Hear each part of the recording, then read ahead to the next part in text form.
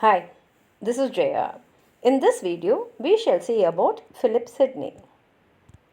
Philip Sidney was an English poet, courtier, scholar, and soldier, and he is one of the most important prominent figures of the Elizabethan age.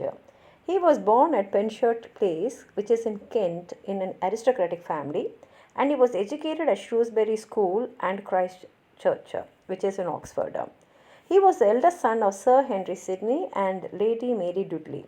His sister Mary was a writer, translator, and literary patron, and Mary married Henry Herbert, second Earl of Pembroke.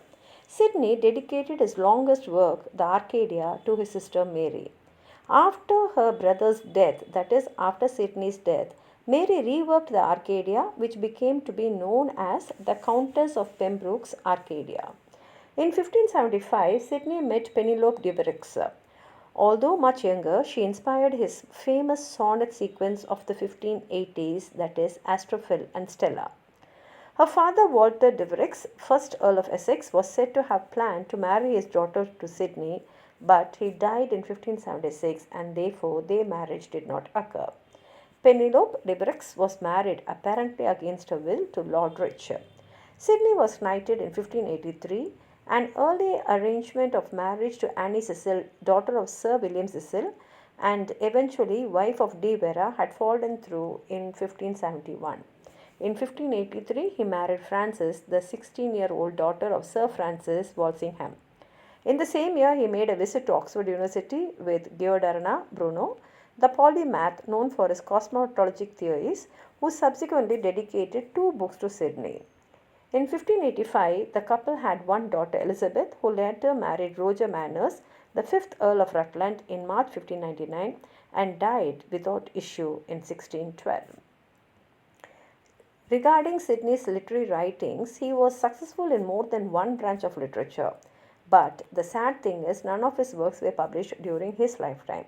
However, his works were circulated in manuscript. His finest achievement was the sequence of 108 love sonnets.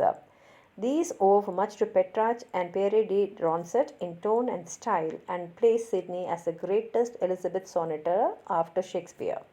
Written to his mistress, Lady Penelope Rich, though dedicated to his wife, they reveal true lyric emotion couched in a language delicately archaic.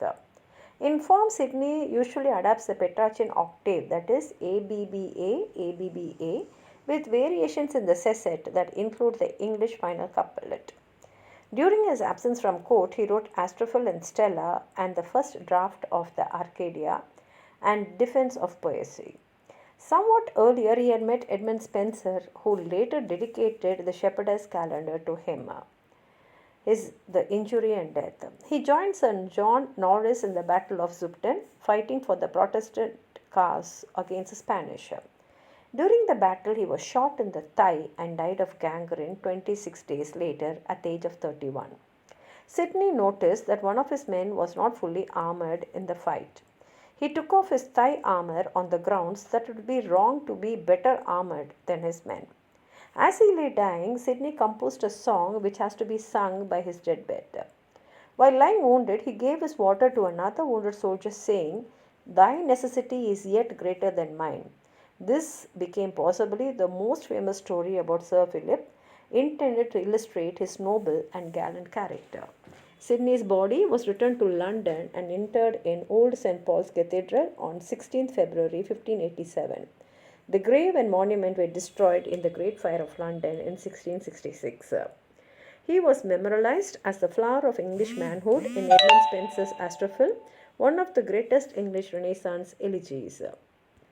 An early biography of Sidney was written by his devoted friend and schoolfellow Fulk Greville. His major works are The Lady of May, a masque written and performed for Queen Elizabeth in 1578 or 1579, Astrophil and Stella.